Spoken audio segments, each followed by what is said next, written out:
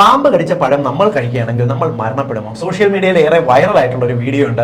Tomato ഒരു ചെടിയിൽ നിൽക്കുന്നു, ഈ തക്കാളിയെ ഒരു പാമ്പ്, അത് അണലിയാണ്, വന്ന് കടിക്കുന്നു. ഈ പഴം നമ്മൾ കഴിക്കുകയാണെങ്കിൽ നമ്മൾ മരണപ്പെടുമെന്നാണ് ആ വീഡിയോയിൽ പറയുന്നത്.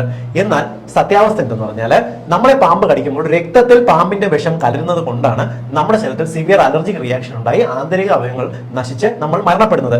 നമ്മൾ ഈ പാമ്പിന്റെ വിഷം നമ്മൾ കുടിക്കുകയാണെന്നുണ്ടെങ്കിൽ ഇവ നമ്മുടെ ശരീരത്തിനകത്ത് ഈ പ്രോട്ടീൻ ആയിട്ടാണ് വർക്ക് ചെയ്യുന്നത്. ഇത് നമ്മുടെ ശരീരത്തിൽ പോയി ദഹിച്ചങ്ങ് പോവുകയാണ് ചെയ്യുന്നത്. നമ്മൾ മരണപ്പെടില്ല. എന്നാൽ നമ്മുടെ വായയിലോ ആന്തരിക അവയവങ്ങളോ തൊണ്ടയിലോ കുടലിലോ ചെറിയൊരു മുറിവുണ്ടെങ്കിൽ ആ മുറിവിലൂടെ രക്തത്തിലേക്ക് ഈ പാമ്പിന്റെ വിഷം കലർന്നാൽ നമുക്ക് മരണപ്പെടാം.